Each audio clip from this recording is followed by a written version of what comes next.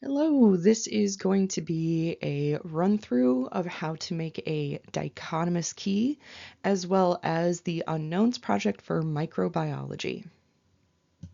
This is going to be the first thing that you need to do in order to start your unknowns project.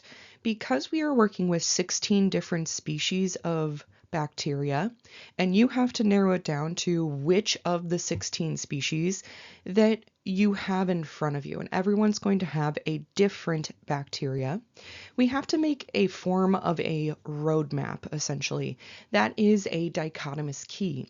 It is going to use some type of physical feature, maybe a test or a structure, that is going to help you determine what is the one, next test that you need to run, and two, potentially at the end, what species it is that you're looking at.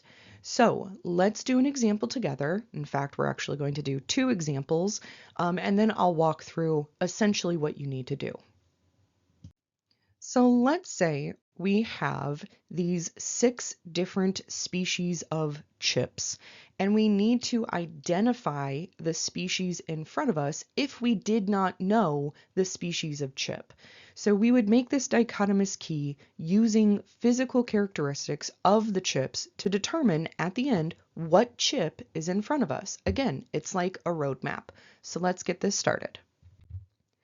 The first thing we do is we lay out all of the species that we have as a pool of species. So we have Cheetos, Lay's potato, popcorn, Ruffles, cheddar and sour cream, Ruffles potato, and Fritos. In order to start off the dichotomous key, we need what is essentially like a question that has a potential solid answer. So for example, we would use a feature of the chips to separate out some of the species from others. So in this example, I'm going to say cheese, and the answer is either yes or no. It's very important to note here, guys, that you have to have only two answers. There cannot be more than two. A dichotomous key means that there are two answers essentially per question. Di meaning two. Can't have more than two.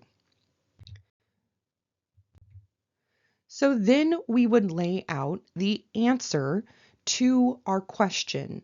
The species that we have that do have cheese is the Cheetos, the popcorn, and the Ruffles cheddar and sour cream. That goes down the yes side. Now keep in mind that the arrow itself is the answer. It's not what is the bottom of the arrow. The arrow is the yes or the no. On the other side, the no side, we have our Lay's potato, Ruffles potato, and our Fritos that do not have cheese. From there, we need to start separating out our species further because the end goal is to get to a single species using its characteristics. So I'm going to start down the yes side. It does have cheese. And then we're going to ask a question like, what is the color? Because it doesn't have to be a yes or no answer. It can also be something like color. So maybe we say, what is the color of the chip? And if it's white, it's going to be our popcorn. And if it is orange, it's going to be our Cheetos or the Ruffles cheddar and sour cream. So from there, we have to separate out the Cheetos and Ruffles cheddar, sour, and cream. Cheddar and sour cream, words are hard, further. So maybe we ask the question about the shape.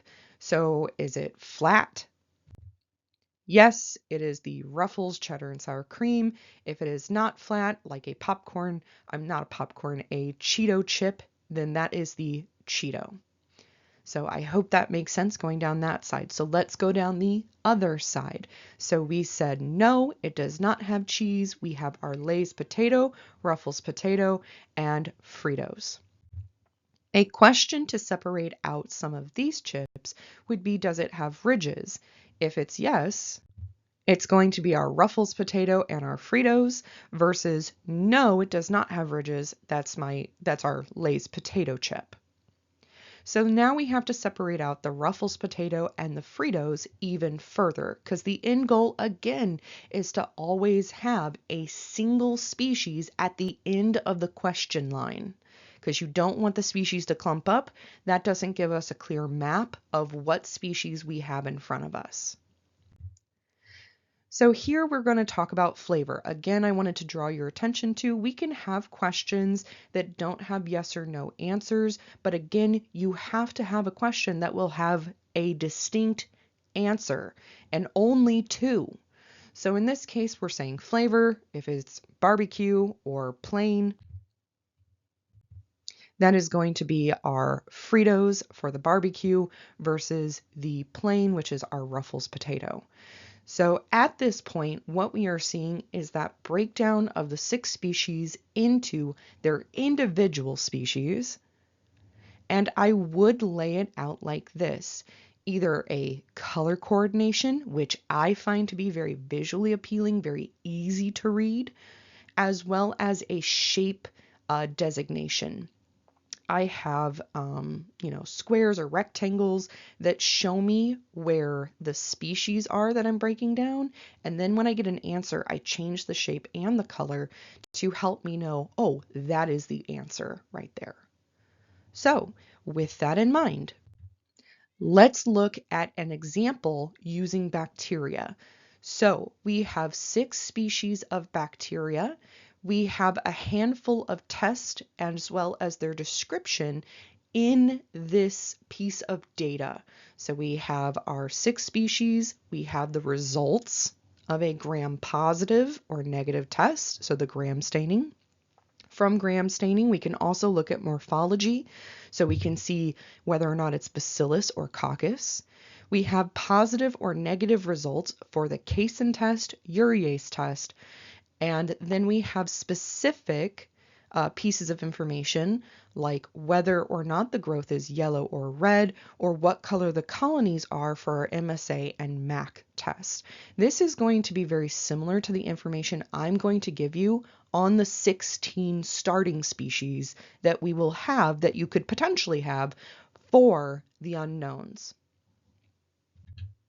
So the first thing we do is set up the top of the dichotomous key with all of the species. When you do your big dichotomous key, you're going to include all 16 species in this initial starting point. Gentle reminder, guys, you have to, when you type it up, italicize, and the first time you use the species name, it has to be the full name. So you'll notice that in this top box, it is the full name of the species, and I've italicized them. So the first test that we might run, which not even might, it is, we are going to run a gram stain test. That is the first test that we run for the unknowns project. This is how you're going to start your dichotomous key, whether or not it is a positive or negative gram stain. So from there, we're going to use that piece of information that I gave you before, look at that data sheet, and separate out, excuse me, the positive from the negative gram stain results.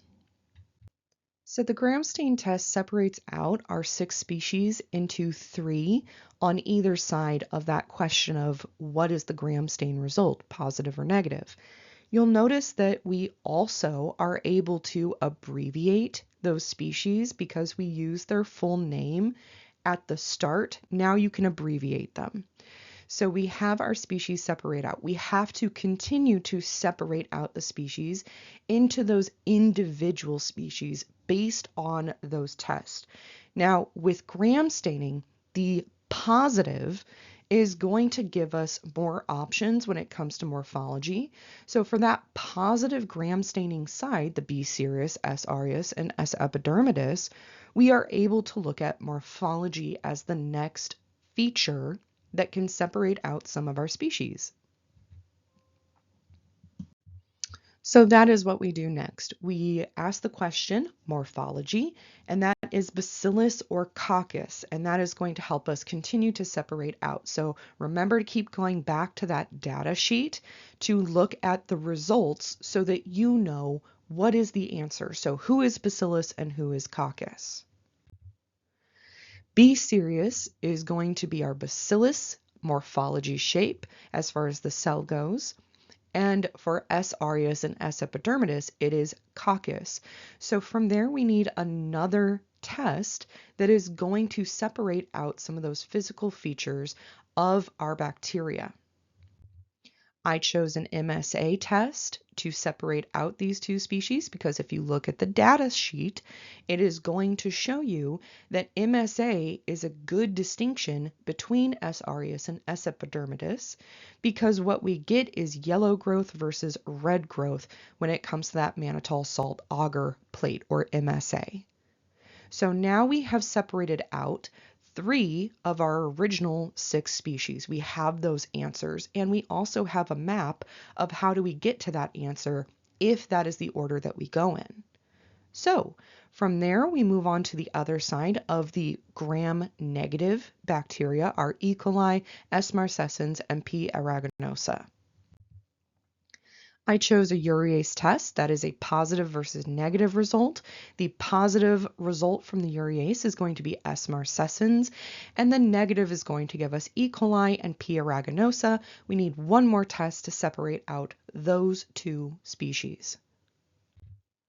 I chose a MAC test, but you could have chosen something else. And what we get is clear colonies versus pink colonies, and that is going to be our P. aeruginosa is clear, and the pink is the E. coli. So at this point, I have a roadmap that tells me, depending on what the result of the test I ran is, I know what direction I need to go and the next test I'm going to run. So for example, if I have a bacteria that I'm testing and I look at the gram stain and I see that it is a negative result, I'm going to go down and let me get a little marker here. If it is negative, I'm going to go down this direction. I know it's going to be one of these, oops, sorry, that's a terrible line. One of these 3 species. The next test I know I'm going to run is going to be a urease test. And let's just say that it's a negative result. I know that I need to go down this side and that it's going to be either E. coli or P. aeruginosa. And I know that the next test I run is going to be a MAC test. And depending on the results, whether they're clear colonies or pink colonies, I will know the answer. So that is how this is going to act as like a roadmap to help guide you through the unknowns project to get to the answer of what is the unknown that's in front of me. Okay, so what do you need to do next? You have to make a dichotomous key using the 16 species that I have in this characteristic chart. Now I have it separated out like this, where it looks like there's 4 sections, but really all this is, guys, is a way for us to have all of the species on the same piece of paper. So that's all that is. It's not necessarily that there's a section 1, 2, 3, 4. It's just that we had to find a way to fit all the species on the same paper. Something I want to point out here is this point here is do not use the grayed out boxes to make your dichotomous key. So that's this area, whoop, and this guy. These results are subjective, okay? So what you might think is pink, I might say is more red. I would use the grayed out boxes to help support your answer, okay? Support your answer and don't use it in your dichotomous key, all right? You are going to use everything else in the white boxes, starting with gram staining, and then you can choose any of these other tests and their results. They are going to be very clear cut as far as what those results are. Okay, so you are going to choose any of those tests in order to make your dichotomous key. The biggest thing here, guys, is none of you should have the same key. If you do, that means you worked on it together and you are cheating. Do not have the same key. Do not turn it into me and say, oh, well, we thought we worked together and blah, blah, blah. No, you have to do this on your own. Do not share your answers with other people in the class. You can compare your dichotomous keys. You can work together in some capacity, but you can't have the same key. They have to be individual, and everybody's going to have different keys. It just depends on which test that you want to run. So, will you run every single test on this list? No. There's a good chance that you're going to have 4 or 5. Usually it's 4 tests that you run, and you'll get to your answer. So, what I need from you, and I prefer this, I don't demand it, but I prefer it, if you type up your key. You will have to bring it to me in the next class or whenever I have stated that it's due, and I'm going to check it to make sure that your key makes sense, that it is the easiest key we could make, that it is done properly, because this is the starting point of the unknowns project. This is your roadmap to figure out which of the 16 species your unknown is. I do want to point out that a handful of the test will have multiple pieces of information, so you can break that down further in another question. So let's say you run a TSI test and you see that there is either yes or no black precipitate. So we can break that down further because TSI is going to tell us more information. So we can go to the next question. It doesn't have to be a test that comes next, but you can add in, is there gas present? If you have black precipitate, yes or no, or if there is no black precipitate, what is the butt color? So you can add in that extra piece of information, and actually this can be a really helpful way to narrow down what your species is. I do notice students have a tendency to shy away from using a test like this. I would encourage you to use it. It's a good way to figure out multiple pieces of information that can be very affirming for what your species is. Now, the end goal of your key, and I've said this a few times, is a roadmap. It's letting you know what test you need to run next, what results you're looking for, and then in the end, based on the tests and the results, what species do you have in front of you as your unknown? And I know the dichotomous key seems kind of daunting at first, but I think if you just kind of jump in and start it, it's going to be easier than you think. I know that that characteristic chart that I gave you looks really intense, but really it's kind of a cheat sheet that I am giving you that tells you what is the result of each one of these microbes. Is it positive or negative? What results should you see with that bacteria? So really, I'm helping you and giving you as much information as I can. You just got to make that roadmap. So just to briefly talk a bit more about the Unknowns Project, I want to alleviate some concerns you might have. So what if you mess up? Well, guys, you get one redo test of anything, and I would recommend not using it unless you have to. I will say that if you do have to ask me, I need the answer to this, I want you to tell me the answer to this, if it's really bothering you or how to do something, I will take points off. I highly recommend that you make sure that you have your lab manual on you the entire time and be kind of reviewing what is in your lab manual. Your lab manual is a guide to help you do the unknowns project. You should have your lab manual while you do the unknowns. There is information and procedures that will help you fill out the test, basically be able to perform the test. I don't expect you to memorize how to do every single one of those specialized tests. You will have that resource. So yes, technically, this is like your lab exam, but you have a guide to help you through it. So don't think that you don't have any help. It is your lab manual that is meant to help you. And at the end, if for some reason you run all the tests, you do the best you can, and when you write your report, you get the wrong answer. So let's say you had E. coli, but you put P. aeruginosa. Well, I'm only taking off a handful of points. It's a 100-point project, and it's only 10 points to get the answer correct. So even if you're wrong, you can still get an A if you do everything else on this project.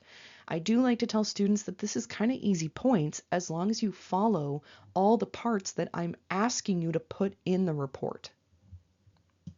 Here is my breakdown of the rubric, how I assign points. I would use this to write your report. So make sure that you check off all the things that you have to put into the report as you make it. So if you do not include things like citations, you're going to know now that you're going to lose points. If you do not write it with a professional tone, you're going to lose a point. So if you use things like personal pronouns, like using the word I in your project, it should not be written from your perspective. That is not a professionally written report. If you don't have the results properly, then I'm going to take points off. So there are ways to make sure that you have plenty of points for this project, but there's also ways that you can lose points if you do not include it in your report. Okay guys, so that's essentially all that I've got. Again, just make sure that you're following the rubric, you're including all the parts to your report.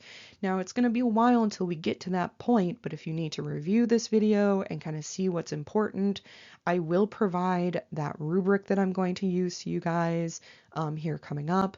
And, if you have questions, please just let me know. If I can't answer something without taking points off, I will let you know that. But if it's something that I can answer, I will answer it for you. So again, the goal of the project is to identify the microbe that you are assigned. And I will know which microbes you guys get. It's just a matter of you guys following your dichotomous key, following those tests, and using the techniques that we've been learning through the semester to complete the project.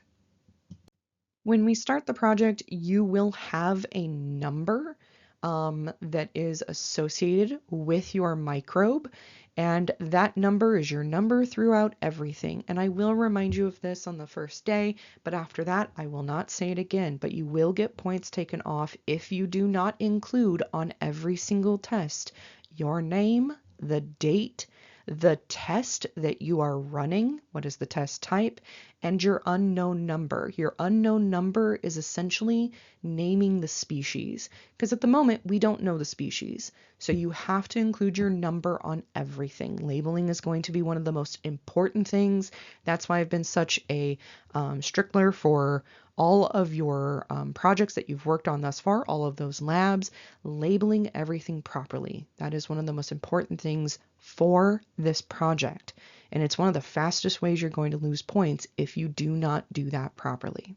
So again, you're going to be using your lab manual, labeling everything. We're going to be signing up for tests. We'll walk through how to do that. And the very first thing that you do is going to be the gram stain and an isolation plate. So if you need to go back in your lab manual and take a peek at that, I would. And if you have any questions leading up to the project or during the project, again, please just ask me. If I can't answer it, I'll just let you know I can't. And if you have any questions at the moment, please just send me emails. I will be checking and making sure that everything's going well.